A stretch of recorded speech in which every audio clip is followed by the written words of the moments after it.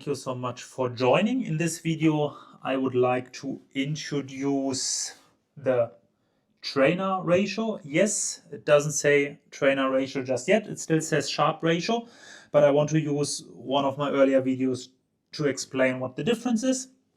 So we introduced Sharpe ratio before, where we measure the risk-adjusted return.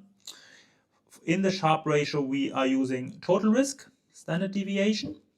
Problem here is if the investor has a well-diversified portfolio, total risk is not a good indicator of risk because we are only concerned with systematic risk. So that's why it could be that your Sharpe ratio is over represented, that actually the risk or is underrepresented, that the risk you have assumed is too high because you have used total risk. So when we look at Treynor ratio, we have again ex ante, ex post, before the fact and after the fact. So you can use it for expected returns and also historical ones. It's the same calculation, just in case you come across different symbols. And then what it does is it does not use standard deviation. It uses beta portfolio.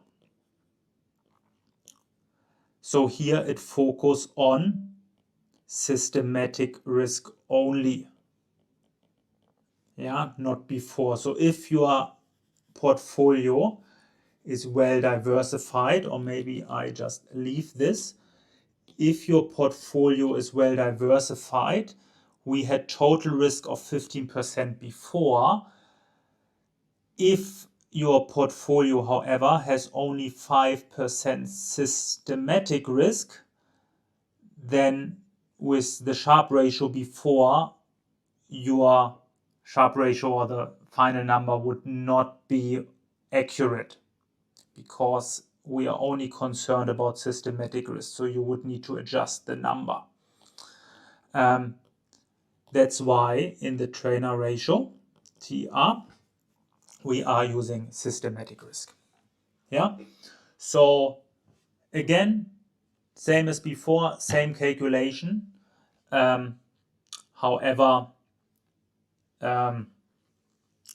it includes systematic risk only. A few comments, a few remarks. First one, the Treynor ratio does not work for a negative beta, because then you have a negative number and this doesn't work. So you need to have a positive beta, otherwise it doesn't work. Same limitation as with the Sharpe ratio, although you can use the Treynor ratio to rank portfolios.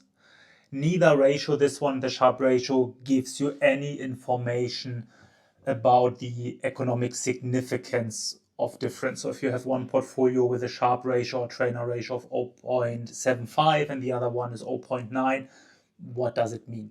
What does it mean 0.15 difference?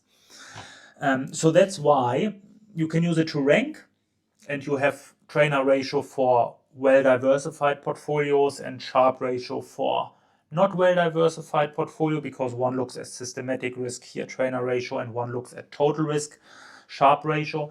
Then there are a few other measures, which I will introduce shortly, that also account for, okay, what is the magnitude, how much better is one portfolio over the other, which Treynor and Sharpe ratio do not provide.